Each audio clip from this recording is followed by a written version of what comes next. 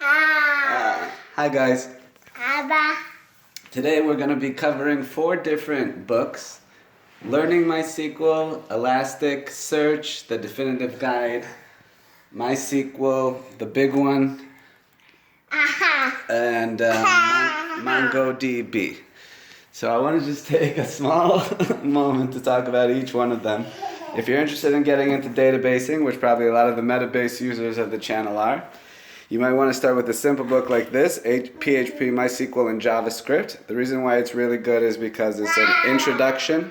A lot of different frameworks using PHP and MySQL and JavaScript, such as WordPress, for example. So that's definitely a really good book to start off with. If you want to get the authoritative guide by Paul Dubois, that's also a pretty good one.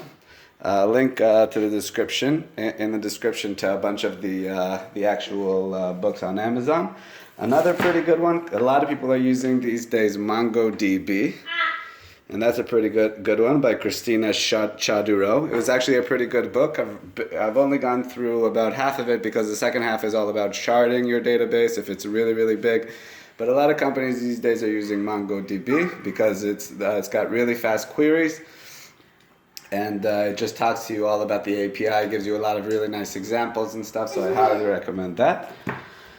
And finally, a book that I less recommend, unless you really, really need it, is Elasticsearch. Elasticsearch is something like if a company like Amazon wants to build a really, really big search engine for something like products, searching across different products and making it really fast, you can kind of build your own search engine. It's just much faster and with really big amounts of data, Elasticsearch.